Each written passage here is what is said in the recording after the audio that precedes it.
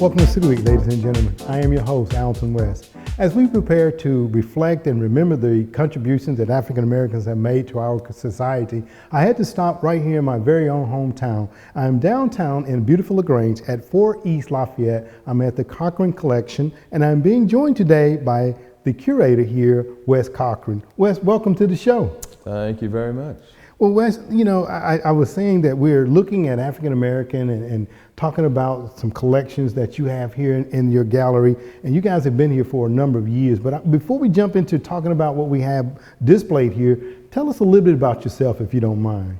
Well, I was born here in LaGrange, so I've been here most of my life, and my wife, Missy, she was born here, and so I fled for a few years out of LaGrange, but most of my life has been spent here. Oh, okay. So, all right. Yeah. Great little hometown to come back to. Yep. It was, I had a lot of family here. Okay. And I was a stonemason for 35 years. Okay. So that was my career. And Missy was a high school math teacher and retired. Okay. From LaGrange High. So yeah, we've been here very good. A long time. And you mentioned Missy, and I must say that Missy is here on the set with us. We hope that we'll get Missy to come in and say a few words as well. I hope we can. I know she's a great support, I understand, right? Yes, yeah. Absolutely. Well, Wes, we're here at the Cochran Collection. Let me ask you, and I've heard and I'm seeing displayed around us that you have perhaps one of the largest African American art collection in perhaps the Southeast and maybe even the nation as far as that goes, so you can correct me where I'm incorrect. But talk a little bit about what was your passion to start collecting African American art? Yeah, that began in 1988. We had been collecting since we started in 1976, but by 1988 we realized something was missing in our collection. We had a mostly white male artist that we had collected for the first 12 or so years. Mm-hmm.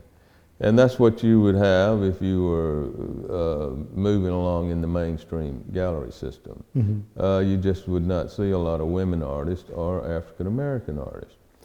So Missy and I really took a strong look at what we had been collecting, and it was at that same moment there were things happening in the art world, and in 1988 Atlanta had their first Black Arts Festival that they have, I think they still have it every year. It would usually be in the summertime. So Missy and I went to that fair in 1988 in Atlanta, and that was a very a big moment for us and a turning point. And there were some artists there that we met that we became friends with for the next 30 or so years. Okay. That we met in Atlanta. And so that was the beginning of our really focusing on African American work. Very good. And you know, you and I were talking off set, and I called you the other day, and I appreciate you receiving my call. We have here on display at the Cochran Collection over 100 pieces of art. But talk about your total art collection. What did that number amount to? Yeah, I know. We're in the process of cataloging the collection. We've sort of procrastinated through the years and hadn't been keeping it up to speed or up to date with it. So we're really working at cataloging it, and I think it's approaching over 700 pieces. Wow. I think. And I think we have around 450 pieces of African American work. Okay. Which is, our forte is works on paper. So we're mainly print collectors. There are some drawings and watercolors and all different kinds of medium, but mainly our focus has been works on paper. Okay. So yeah, it's been this is our 45th year of collecting, actually. 45th year? Yeah, we've been at it a long time. Just right out of college is when I really got started. Let me ask you, where now, because and I'm looking around, we're going to start talking about some of the art here momentarily, but where have you purchased a number of your art pieces from, if I may ask? Yeah, we were 50 miles from the world's busiest airport, so it's pretty easy to get to Atlanta. And very easy to get to New York City. So we would go there at least 2 or 3 times a year to New York for the last 35 or so years. Okay. And looking at art and meeting artists and going to artist studios, some galleries. We really never, in all of our years, we didn't have much of a gallery relationship. Especially when it was African American, they didn't have galleries. You know, they had not gotten to, the galleries were not looking at it, or the museums. So we discovered the African American artists in New York and Boston, Chicago, different places. They had their own networking. It's their own web, before the web. And so we were able to sort of enter into that world and get, especially in New York, get to artist studios. So that's where we made a lot of purchases. And we would go to Bob Blackburn's printmaking workshop, which was on West 17 and 6th Avenue. And we spent many years in there. Bob worked with a lot of different artists from all over the world and a lot of African American artists. So a lot of the work that we have in the gallery here today, a lot of it came through Bob's workshop. Okay. All right. And I think you were telling me, because when I came down the other day, there's an artist, I want to go back to Bob Blackman momentarily, but there's an artist that is even right here from Madison, Georgia, by the name of Benny Andrews, that you had an opportunity, I think, to meet as well. Talk a bit about some of his work. We did get to meet Benny on a couple of occasions. He was one of those from Madison, Georgia. He went to Chicago, I think, first, and got maybe the Institute of Art in Chicago, I think, is where he got some training. And then he gets to New York. And Benny is, we have 3 pieces by him that we've gotten through the years. And Benny was one of those early pioneers, very active. He was leading a lot of causes and out in the streets protesting in New York in front of the Metropolitan, the Museum of Modern Art. This would have been back in the 60s and 70s. Really protesting because they were not having any shows of women or artists of color. And they were really trying to, back then, change the philosophy of the museums there in New York. So a lot of the things that these younger artists are experiencing now, they're sort of rested on the shoulders of people like Benny Andrews, and there's several more in this collection. That those old guard, the earlier artists that were really helping pave the way for this younger generation. Absolutely. I'm going to talk a little bit about his father, because I think you said you also had an opportunity to meet his father. Talking about the on the shoulders of people like Benny Andrews, and kind of paved the way for the young artists today. How important is art in our society today, and especially among our young generation? I know, Missy, and I think it's, of course, very, very important and significant to have art in your life and to have original art in your home.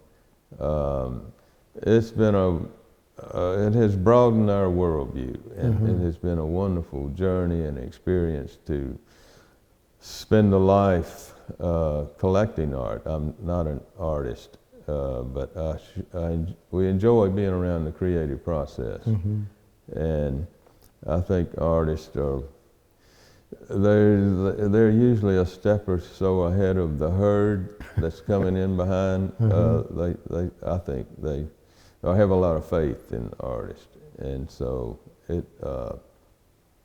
I would highly recommend it for anyone. It's been a beautiful journey for Missy and me. Very good. I remember talking with you earlier, and George Andrews, who is the father of Benny Andrews, was known as the Dot Man. Talk a little bit about that, if you know. He was famous for his art that was just beautiful, colorful dots. He was known as the Dot Man. And he, I don't think he ever left Madison, Georgia. He was always there. And I did get to meet him one day. Our good friend Mildred Thompson was a writer for Art Papers magazine in Atlanta. This would have been back in the early 90s.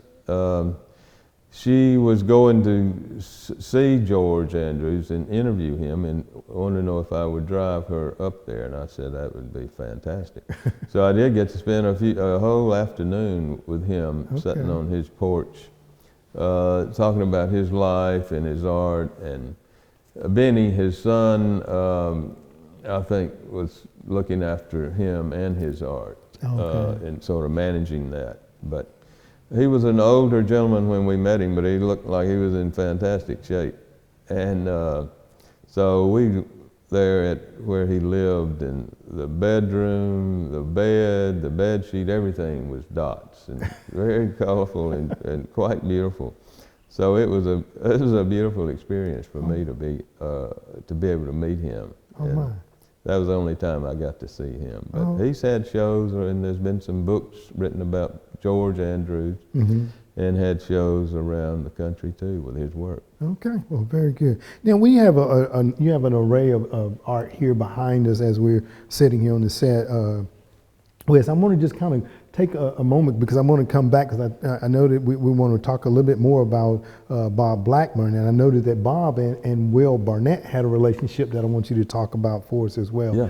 But let's just kind of go through what we have and what we see here behind us displayed, if you don't mind. If we can start with the top upper corner, right hand or left. Yeah, this is a gentleman named Tom Laidman, who was a New York artist, and I never had the pleasure of meeting Tom. I forget, he would have died in the probably around 2008 or 10, I think. But I never got to meet him. He was a good friend of our friend Camille Billups, who was in New York and an artist and a curator, and she's pretty much the curator of our collection, Camille Billups. So she was always telling me about Tom and his work. And so these are, I think we have some 25 pieces of, I think, Tom Laidman.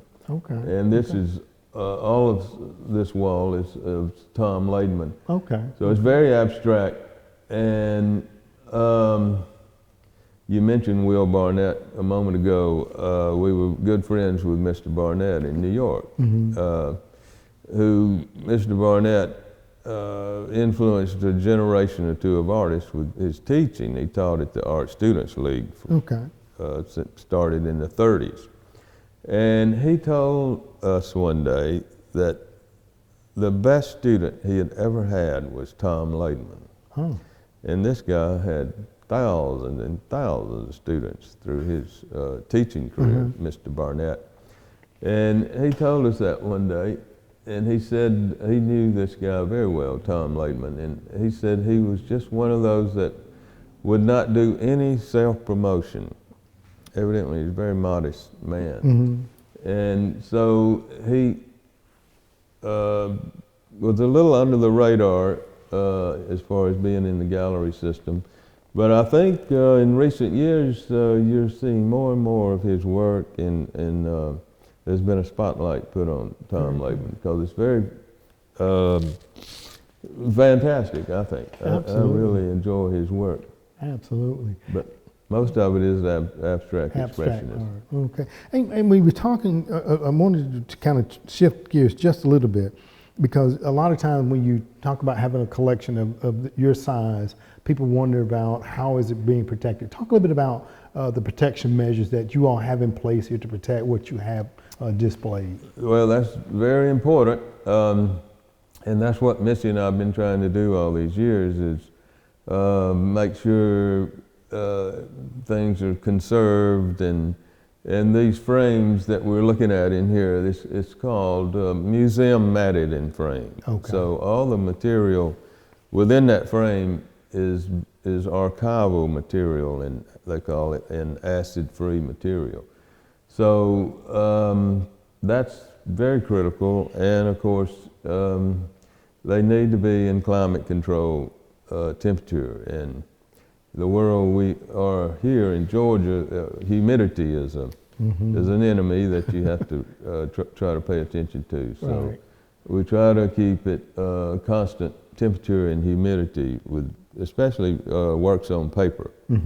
So It is not that difficult, but it is something you have to pay attention to and keep them in the proper environment. And lights, you have to be careful with them being in light, or sunlight especially is your bitter enemy. You cannot have these things where there would be some sunlight. It'll take all the color out. Absolutely. And you mentioned about on paper, and I know that a lot of your prints are either charcoal etching. Talk a little bit about what people can see when they come here to the gallery as by way of art, if you don't mind. There's a lot of different mediums in here. Like I say, mainly we collect prints, so there are etchings and lithography, woodcut, lino cut prints, and there are some charcoal drawings here and some watercolors. All that's on paper. So there is a lot. Most all the mediums that we know of in printmaking is there's examples of here. Okay. Now, and I was looking too at you all's website, and if you don't mind, Wes, before we go any further, I want our viewing audience to know what time you all are open, and so they can come out and see, so they don't just see it here, they can come in, because that's the whole purpose of us doing this. We want the public to come out. So tell me your hours of operation, if you don't mind. We would love for anyone to come. It's always open, it's always free, and we're open Wednesday through Saturday, 1 to 5. Okay. And if someone wanted to come at another time or another day, we can make that happen. Okay. That's not a problem. Very good. Well, we definitely want people to come out, and you're going to have your collection up through February, and I think you were saying you're going to try to even keep it up. I think we can get it on through into March. Hopefully through March. I think it's just. We were talking earlier, the schedule has gotten so fluid here during this time of the pandemic, and things have had to be shifted and moved around. But I think we can keep it up on in through March. I hope. Very good. I was reading on your website too. It was a quote by Robert Blackman, and he was talking about your collection of art. And he was saying that it grew out of a love and an imaginative dreams, and it talked about the personal vision, and it doesn't necessarily concentrate on the African American experience, but what they envision. What in your mind do you think African Americans were going through when they were etching some of these or painting some of these things that we'll see on display? Yeah, I think it's an interesting history. These artists, like I say, they didn't have a lot of venues to showcase their work. But I was always amazed and astounded by their perseverance and how they kept making art, because these artists were driven to do it. If they were breathing, they were painting, and they had to do it. So these are not casual. These are highly trained artists. That a lot of these artists went to Europe and Paris and got Guggenheim fellowships and Rosenfeld scholarships. And so a lot of these artists did get some time in Europe and really studied the old masters over there. So it was so wonderful to. Or it is for Missy and me to be around artists and to listen to them and be in their studio and they're talking about their work. It's just it's amazing. Absolutely. To me. Absolutely. I want to, as we get ready, I want a couple of more other questions. You talked about when you all first started, it was mainly Caucasian men's, and African American art was not necessarily being incorporated into the museums and things that you all were visiting.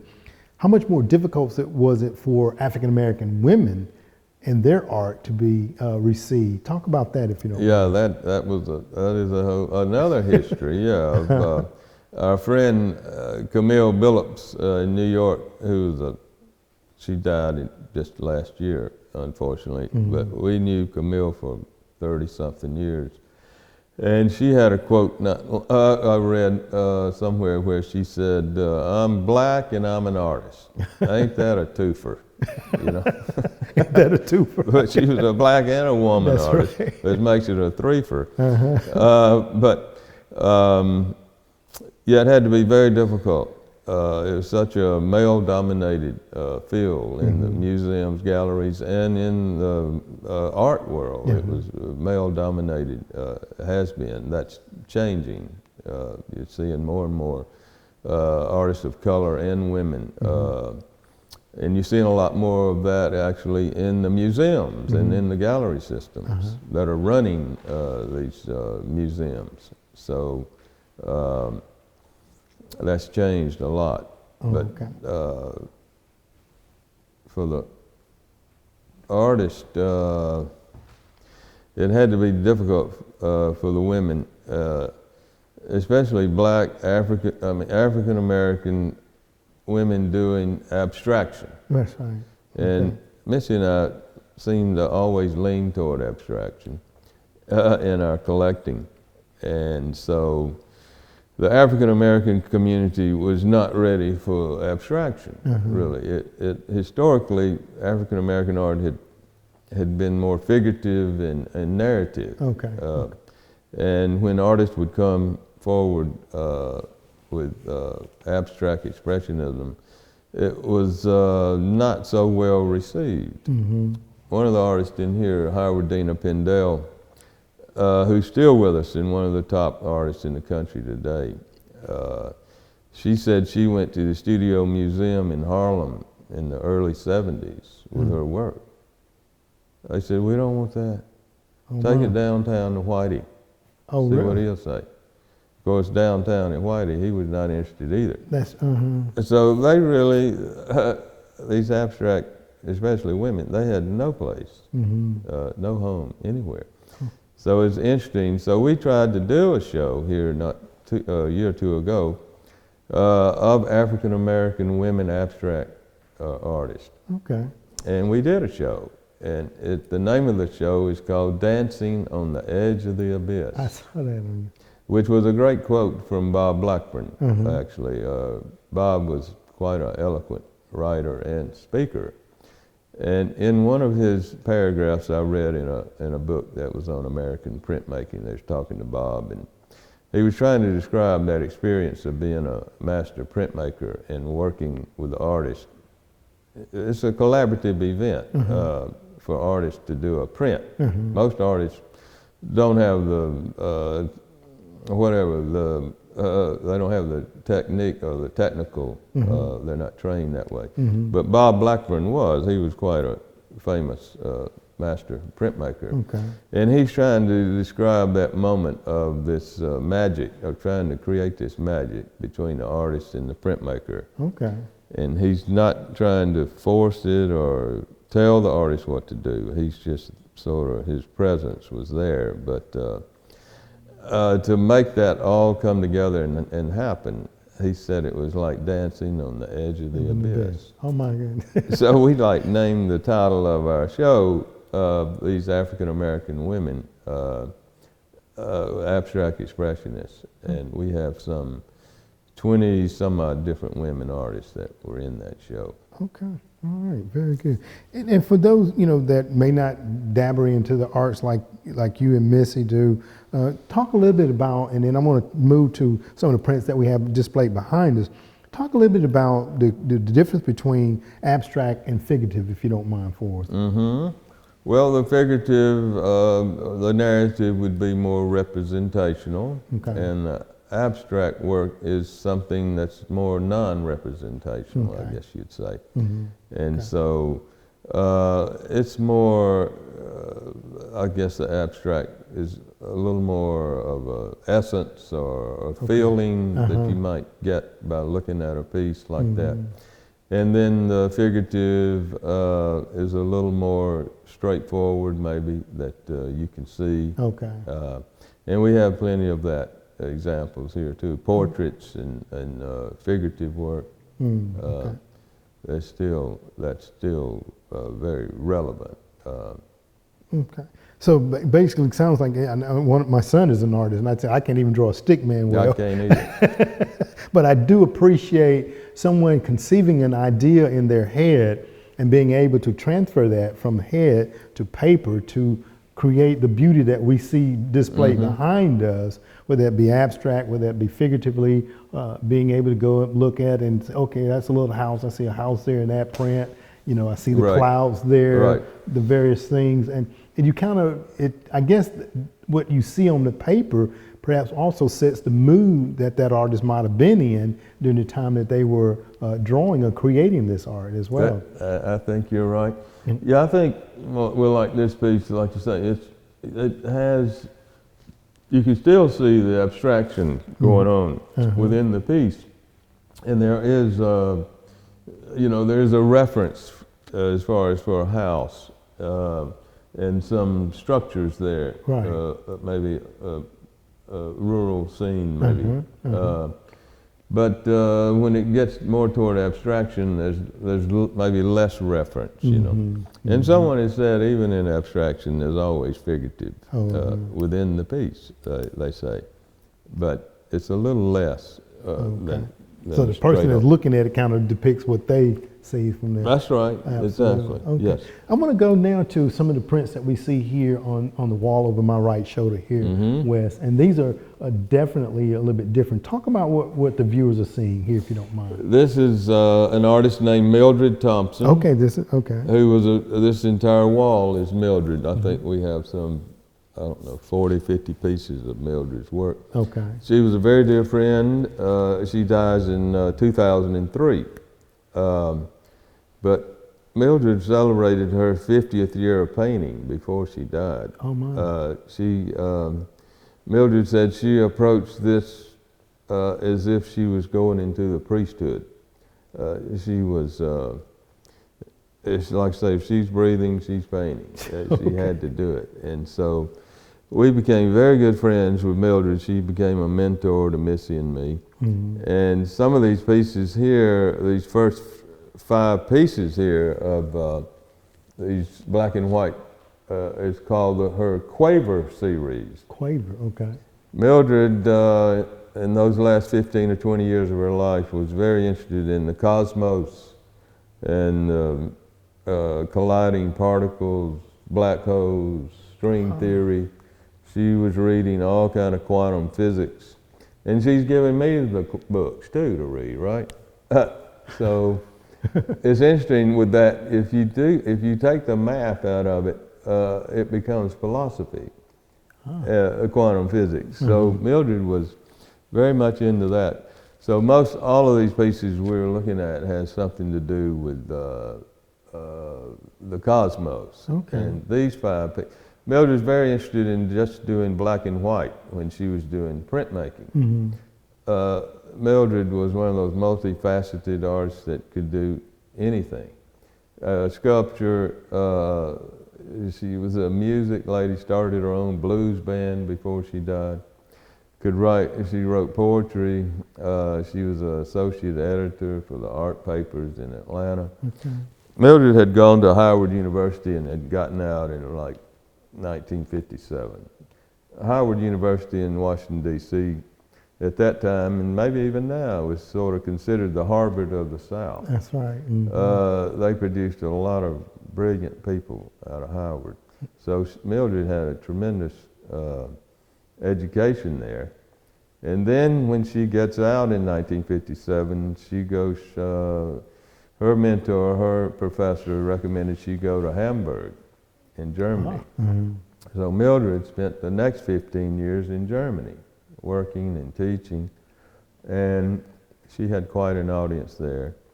Then she moves to Paris for 5 or 6 years, and then she gets to Atlanta in about 1987 or so, and we met Mildred in 1988. Okay. And it became a wonderful friendship, and she introduced us to a lot of people and a lot of different artists. Mildred sort of had a salon at her house in Grant Park in Atlanta. So anybody that came to Atlanta, African-American artists or writers, they would always come to Mildred's house. Okay. And she would invite us up there. Oh, very good. Wes, I do appreciate your time, but I guess I got one last question as we get ready to close out. And I know that you say that your collection of African-American art and all your art totals over 750. So but of your African American art, I just got to ask a question. I'm sure you've been asked it time and time again before. Which one is your most treasured piece? I know.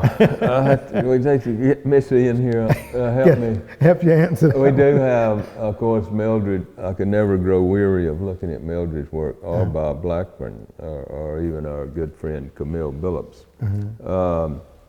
But we do have one piece. It's not here. It's at home. That I don't travel it. It's sort of fragile, and it's a African American artist named William H. Johnson. Okay. And the piece is called Training for War. And William H. Johnson had a tragic ending, or he had pretty much a tragic life. He's from Florence, South Carolina originally, but he ends up in Norway and over in that part of the world, marries a Norwegian girl. So anyway, this piece we have, I got it. We've had it a while, and it was really, his things are so scarce and rare to get. I had to pay on that for 2 years before I ever got it. And Missy liked to kill me when I said I was going to get it. But of all things, just as soon as we got it, had finished paying for it and got it home, that piece ends up on a stamp. They had a civil rights commemorative stamp that had about 10 or so African American artists for a stamp. This was several years ago.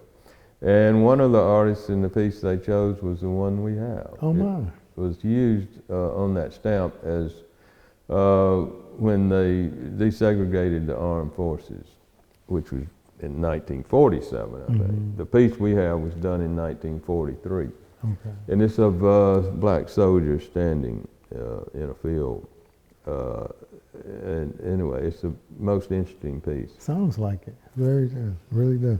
Well, Wes, I want to thank you very much for allowing me to come in and to invite the community to come in as well, to take advantage of what you have here to offer by way of African American art. And I'm sure it's a learning experience, as it has been for me in these short moments. So I appreciate you and Missy for what you all are doing and bringing to our community. So again, as we close out, tell the viewing audience your time, your hours, if you don't mind, and let them know that it is free, right? It is free and open to the public, and we're here Wednesday through Saturday, 1 to 5. Okay. And like I say, if you need to come on Monday or Tuesday, we get together, make contact, and we can make that happen. Okay, well, very good. Wes, I want to thank you once again for being my guest here on City Week this week. And I know that the doors will swing open, and we will make sure that we practice our social distancing and all of the CDC guidelines. But definitely, we want the audience to come, the community to come out and see what you have on display here. So thank you and Missy once again. Okay. Thank you very much. Enjoyed it.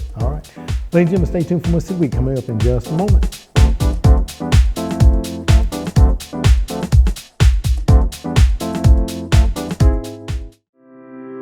Here's what to expect when getting the COVID vaccine in Troup County. The first thing you'll need to do is make an appointment. To do so, call 762-888-8180. If the line is busy, don't worry, just keep trying. You will eventually get through. On the day and time of your appointment, come to the Troup County School System bus barn, located at 100 North Davis Road in LaGrange. Signs will be posted to help guide you to the correct entrance. Once you arrive, a representative will double-check your appointment time, and you'll need to complete a necessary consent form. You'll then follow the directed route to get your vaccine. Please pull up in tandem fashion as instructed. And then a nurse will take your consent form and administer the vaccine.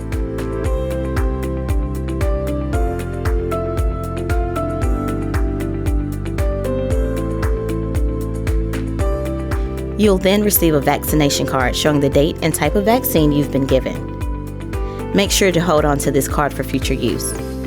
After the vaccine has been administered, you'll be asked to pull your vehicle to a holding lot, where you'll need to wait 15 to 30 minutes to make sure there are no adverse side effects.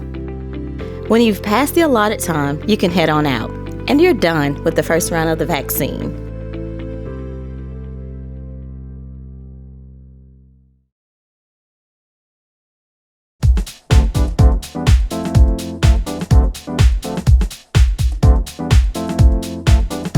Ladies and gentlemen, I want to thank you for joining us this week. My guests have been down at the Cochran Collection at 4 East Lafayette, Wes Cochran, and we're now being joined by his wife, Missy. So ladies and gentlemen, make sure that you come out and see this beautiful collection during African American Month, February, and Wes is also extending it through March. So if you don't get a chance to come on out because he's here, and he also said if you need to come on Mondays, give him a call here at the collection, and I'm sure they'll be welcome to accommodate you.